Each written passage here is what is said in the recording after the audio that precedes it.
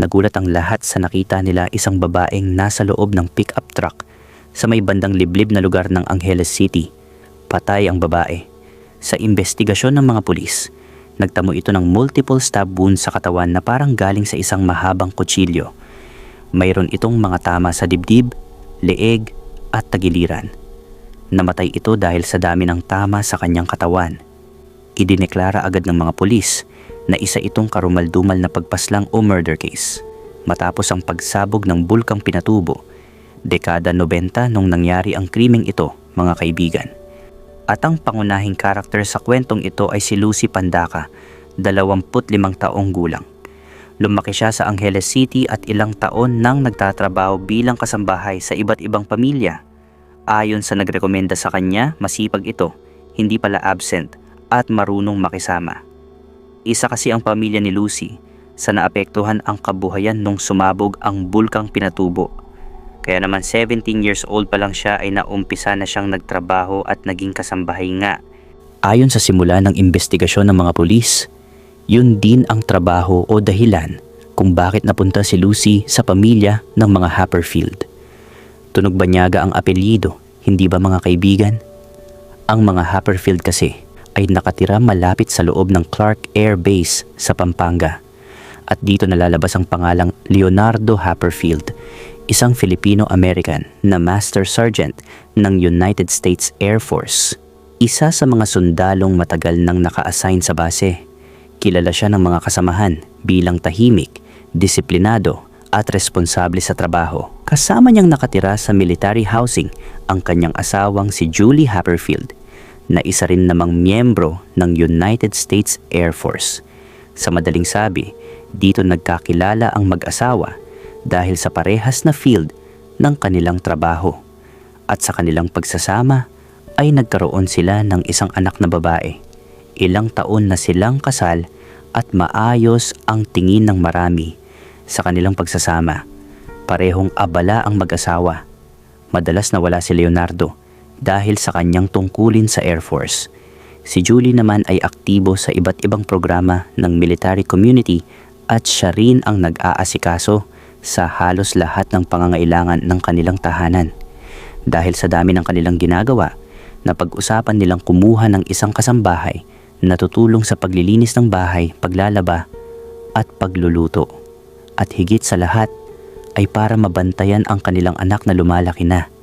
Isang kapitbahay nila sa loob ng base ang nagsabi na may isang Filipina na naghahanap ng permanenteng trabaho. Ang pangalan nito ay Lucy Pandaca. At dito na, nirekomenda si Lucy. Makalipas ang 2 araw, inimbitahan ni Julie si Lucy sa kanilang bahay para sa isang interview. Maaga pa lang ay dumating na si Lucy. Nakaayos ang kanyang pananamit at magalang siyang sumagot sa bawat tanong.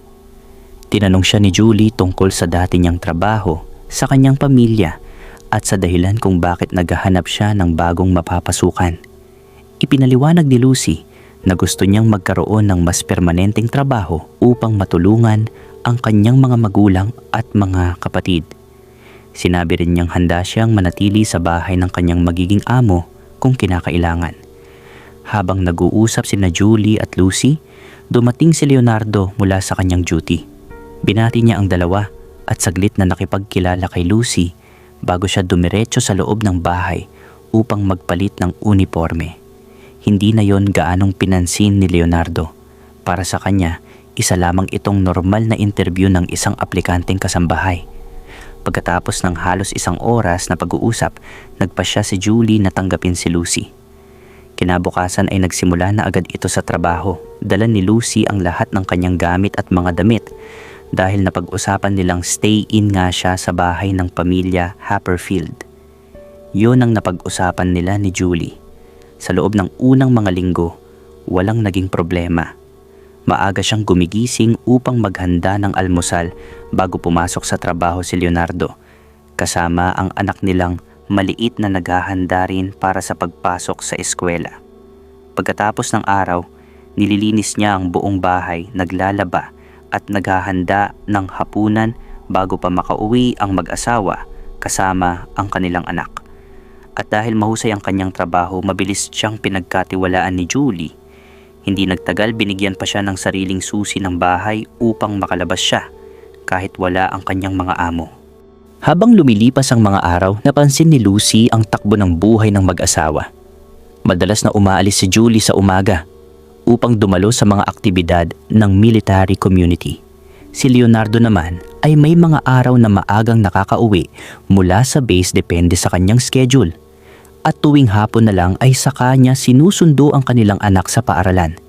Dahil dito, sa tuwing maagang nakakauwi si Leonardo, unti-unting dumami ang pagkakataong silang dalawa lang ang naiiwan sa bahay. Nung una, puro tungkol lang sa bahay ang kanilang pinag-uusapan. Tinatanong ni Leonardo kung may kulang bang gamit o kung may kailangan bang ipaayos. Maayos naman na sumasagot si Lucy. Pero habang tumatagal, sinimulan ni Lucy na pahabain ang kanilang mga usapan. Kapag naghahain siya ng pagkain, hindi agad siya umaalis sa mesa. Madalas siyang nagtatanong tungkol sa buhay ni Leonardo bilang sundalo. Interesado siyang malaman kung paano ito napunta sa Air Force, kung gaano katagal na itong nasa serbisyo, at kung anong mga lugar na ang napuntahan nito.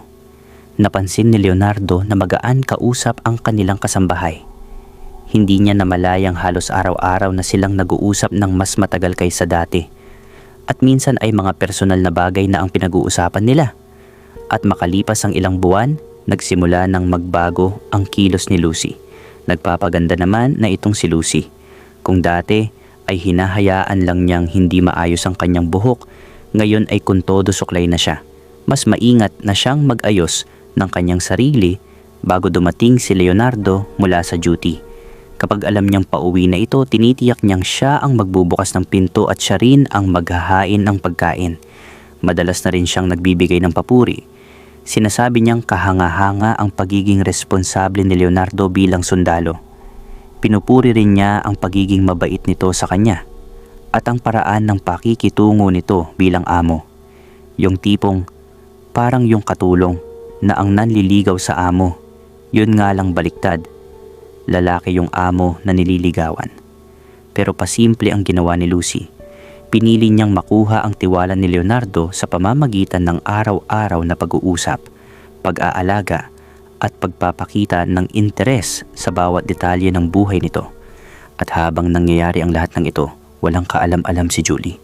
Buo ang tiwala niya sa kanyang asawa. Buo rin ang tiwala niya kay Lucy. Para sa kanya, isa lamang itong masipag at mapagkakatiwalaang kasambahay na naging malaking tulong sa kanilang tahanan. Ngunit minsan, ang tiwala ay siya rin lang ang sumisira sa tao kung mali ang pinagbigyan mo nito. Walang eksaktong timeline kung kailan nangyari, pero nagkaroon na nga nun ng relasyon sina Lucy at Leonardo. Kada wala si Julie sa bahay nila, hindi niya alam na ginagawang motel ni na Lucy at Leonardo ang kanilang bahay. Wan-tusawa ang bembangan ng dalawa sa kama. Sabi nga nila, pag wala ang pusa nagtutuksuhan ang mga daga. At ang masaklap, matagal bago natuklasan ito ni Julie. Hanggang sa mabuntis na rin si Lucy. At dito na bumaliktad ang lahat. Isang hapon, mag-aagabi na, minamaneho noon ni Julie Haperfield ang isang pickup truck na kulay pula. Papauwi na ito sa kanilang bahay galing siya sa community program. Ayon sa mga pulis, hinarang si Julie ng dalawang kalalakihan na lulan din ng sasakyan at doon na siya biglang nawala. Pero kinaumagahan, pasado 10:00 na ng umaga, isang residente sa isang liblib na barangay ng Angeles ang nakapansin sa isang pickup truck na kulay pula na matagal nang nakaparada sa may manggahan at matatayog na damo.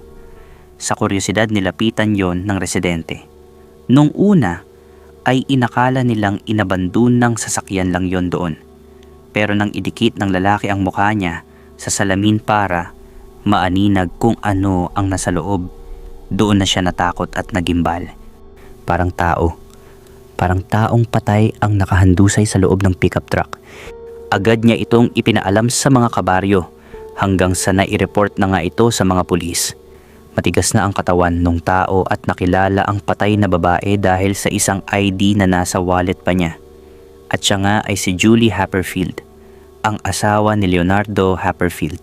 Bago dumating ang gabi ng araw na yon, nalaman na rin ni Leonardo Haperfield na namatay na nga ang kanyang asawa mula sa mga awtoridad. Namatay ito dahil sa multiple stab wounds sa katawan. Umiiyak naman noon si Leonardo Happerfield habang nasa tabi nito ang anak niyang babae, na umiiyak din kahit hindi pa niya lubusang naiintindihan ang nangyayari. Sa unang panayam ng mga pulis, sinabi ni Leonardo na hindi raw niya alam at wala siyang alam na kaaway ng kanyang asawa kung bakit pinatay ito ng ganong kabrutal. Umalis ang mga pulis sa bahay ng mga Happerfield dahil sa unang direksyon ng kaso ay kinumpirma ni Leonardo na nawawala ang mga alahas, kwintas, singsing ng kanyang asawa, pati ang pera sa wallet nito sa sasakyan. Kaya ang nasa isip nila, malamang na isa lamang itong highway robbery o robbery with homicide. Samantala, sa isinagawang autopsy ng mediko legal, mas lumalim pa ang mga nalaman ng mga investigador tungkol sa sinapit ni Julie Happerfield. Ayon sa ulat, nagtamo siya ng mahigit 10 saksak sa iba't ibang bahagi ng kanyang katawan.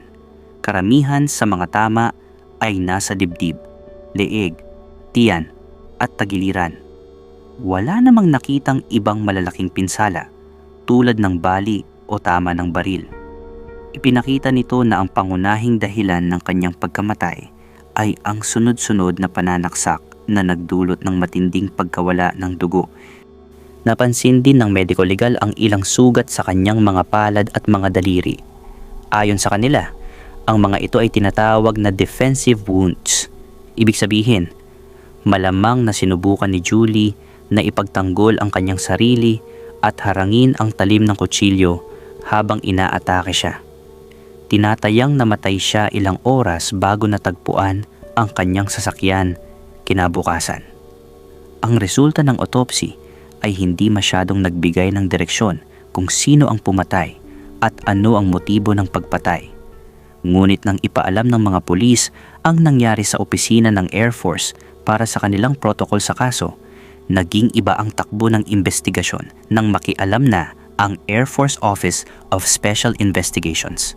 Dahil parehong miyembro ng US Air Force ang biktima at ang kanyang asawa, at ang krimen ay may kaugnayan sa Air Force community sa Clark Air Base. Nung ginalugad pa ng mga special investigator mula sa Air Force ang buhay ng mag-asawa, dito na sumingaw ang katotohanan. May mga salaysay at ebidensya na nag-ugnay kay Leonardo sa pagpatay sa kanyang asawa. Isa sa pinakamahalagang bahagi ng kaso ay ang pagdiskubre na matagal na palang may relasyon si Leonardo Happerfield at ang kanilang kasambahay na si Lucy Pandaca. At nung nalaman nilang buntis si Lucy at tinanong kung sino ang ama, wala siyang naituro. Sabi niya, isang lalaki raw sa kanilang baryo, pero wala naman siyang pangalang masabi. At sa teknolohiya naman noon ng mga Amerikano, sa record ng computer nalaman ng special investigator na bago pala namatay si Julie, ay nakapag-request si Leonardo sa life insurance ni Julie na i-max out ang perang makukuha ng asawa kung sakaling mamatay ito. Nasa 450,000 dolyar ang makukuha ni Julie. Napakalaking halaga na yon kung tutuusin, lalo na kung i-convert pa sa Philippine money nung araw. Pero dahil patay na nga si Julie, ang pangunahing benepisyaryo ay si Leonardo na kanyang asawa. Sinubukan umanong burahin o sirain ni Leonardo ang ilang digital files, pero nabawi pa rin ng forensic investigators ang mahahalagang impormasyon. Isa ito sa mga unang kasong nakilala dahil sa paggamit ng computer forensics, kaugnay ng life insurance at pagkamatay ni Julie. Ito na yon, naging totoong direksyon ng investigasyon. Una, naging malinaw na ang isang motibo. Malamang na may interes si Leonardo sa perang makukuha sa insurance. At isa lamang ang sigurado nila. Hindi basta pagnanakaw ang nangyari. Maaaring sinubukan lamang palabasing hold-up o robbery ang krimen upang iligaw ang investigasyon. Dahil parehong konektado sa United States Air Force ang mag-asawa, ang Air Force Office of Special Investigations ang nanguna sa investigasyon. Nakipagtulungan din sila sa mga awtoridad ng Pilipinas dahil dito naganap ang krimen at may mga Pilipinong posibleng sangkot. Isa-isang kinausap ng mga investigador ang mga kaibigan, kapitbahay, katrabaho at mga taong madalas makita sa bahay ng pamilya Haperfield. Ayon sa ilang nakapanayam, napapansin nilang masyadong malapit ang loob ni Leonardo at Lucy. May mga pagkakataong nakikita silang magkasamang nag-uusap ng matagal habang wala si Julie. Noon ay hindi yon binigyang pansin ng mga nakakakita dahil ang akala nila ay normal lamang ang pakikitungo ng amo sa kanyang kasambahay. Hanggang sa nalaman na nga nila na buntis si Lucy at ang ama ng dinadala niya ay si Leonardo Haperfield pala, at nalaman ito ng mga awtoridad. Nung mapatay si Julie, nagsimulang pagdugtungin ng mga investigador ang bawat piraso ng impormasyon. At pangalawa, ito ang isa pang posibleng motibo ng pagpatay. Maaaring ayaw ni Lucy at Leonardo na malaman ni Julie ang relasyon nilang dalawa o na may anak na sila. Dahil kapag nagkaganon, maaaring i-divorce ni Julie si Leonardo at mahahati ang kanilang kayamanan. Magbabayad pa ng alimony si Leonardo para sa kanilang anak ni Julie kung sakali na naaayon sa batas ng Estados Unidos. O di kaya naman ay niligpit nila si Julie para sila na ang magsama. Habang lumalalim ang kaso, naglabas ang mga awtoridad ng search authority upang masuri ang mga personal na kagamitan ni Leonardo. Dito na nila nakuha ang mga floppy disk na ginagamit niya sa trabaho at sa bahay, na naging bahagi rin ng mga ebidensya. Bagaman hindi lahat ng laman ng mga file ay isinapubliko, naging malaking tulong ang mga ito upang pagtibayin ang iba pang ebidensya sa kaso. Matapos yon, muling ipinatawag si Leonardo para sa mas mahaba at mas detalyadong interogasyon. Sa pagkakataong yon, sunod-sunod na ipinakita sa kanya ng mga investigador ang mga ebidensyang kanilang nakalap. Sa umpisa, mariin pa rin niyang itinanggi ang lahat. Sinabi niyang wala siyang kinalaman sa pagkamatay ng kanyang asawa at wala rin siyang alam sa mga taong posibleng gumawa ng krimen.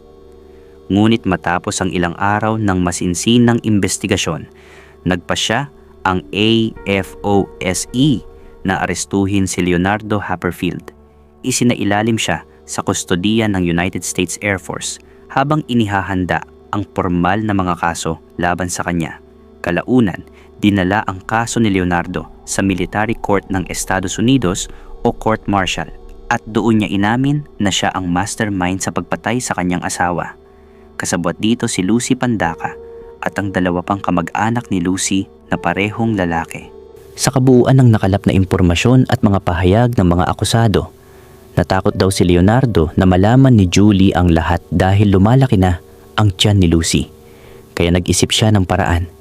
At sa mga oras na yon, mas pinipili na niya si Lucy kaysa sa kanyang pamilya. Para bang nagayuma ng puday ni Lucy si Leonardo, hindi na siya makabitaw kay Lucy.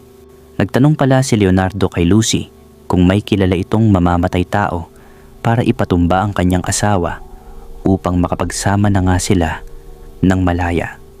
Pinangakuan pala ni Leonardo Haperfield si Lucy na pakakasalan niya ito kapag wala na ang kanyang asawa. Kaya naman pumayag si Lucy sa plano. Kinausap niya ang dalawa niyang kamag-anak na lalaki at sila ang humarang sa sasakyan ni Julie bago ito matagpuan. Ang dalawang yon ang positibong pumatay o sumaksak ng ilang ulit kay Julie.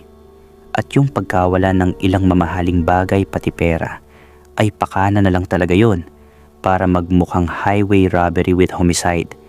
Kaya hiwalay namang nakipagtulungan ang mga awtoridad ng Pilipinas upang habulin yung dalawang kamag-anak ni Lucy na sangkot sa pagpatay kasama si Lucy. Matapos silang arestuhin ng mga awtoridad ng Pilipinas, kahit buntis si Lucy, itinuloy pa rin ang kaso laban sa kanya. Habang naghihintay ng paglilitis, isinailalim siya sa kustodiya at binigyan ng kinakailangang pangangalagang medikal para sa kanyang pagbubuntis. Sa ibang bansa naman, sa huli, napatunayang si Leonardo Haperfield ang utak sa planadong pagpatay sa sarili niyang asawa. Dahil dito, hinatulan siya ng habambuhay na pagkakakulong at tuluyan nang nawala ang kanyang kalayaan. Hindi rin niya kailanman nakuha ang malaking halaga ng life insurance na plano sana niyang pakinabangan matapos ang krimen. Kasabay nito, tinanggal siya sa serbisyo ng United States Air Force at tuluyang nawala ang kanyang ranggo, karera at lahat ng pribilehiyong kaakibat ng kanyang pagiging sundalo. Ang pinakamasakit na naiwan sa kasong ito ay ang kanilang anak na babae. Sa murang edad, nawala sa kanya ang kanyang ina dahil sa isang planadong pagpatay, habang ang kanyang ama naman ay habang buhay na nakulong dahil sa krimen. Dahil dito, inampun siya ng pamilya ni Julie sa Pilipinas upang doon siya palakihin. Bilang siya ang nag-iisang anak ng mag-asawa, siya rin ang itinakdang legal na tagapagmana ng lahat ng naiwang ari-arian ng kanyang ina, kabilang ang life insurance, na maaari lamang niyang matanggap pagdating niya sa wastong gulang. Siya ang tunay na inosenteng biktima ng kasong ito.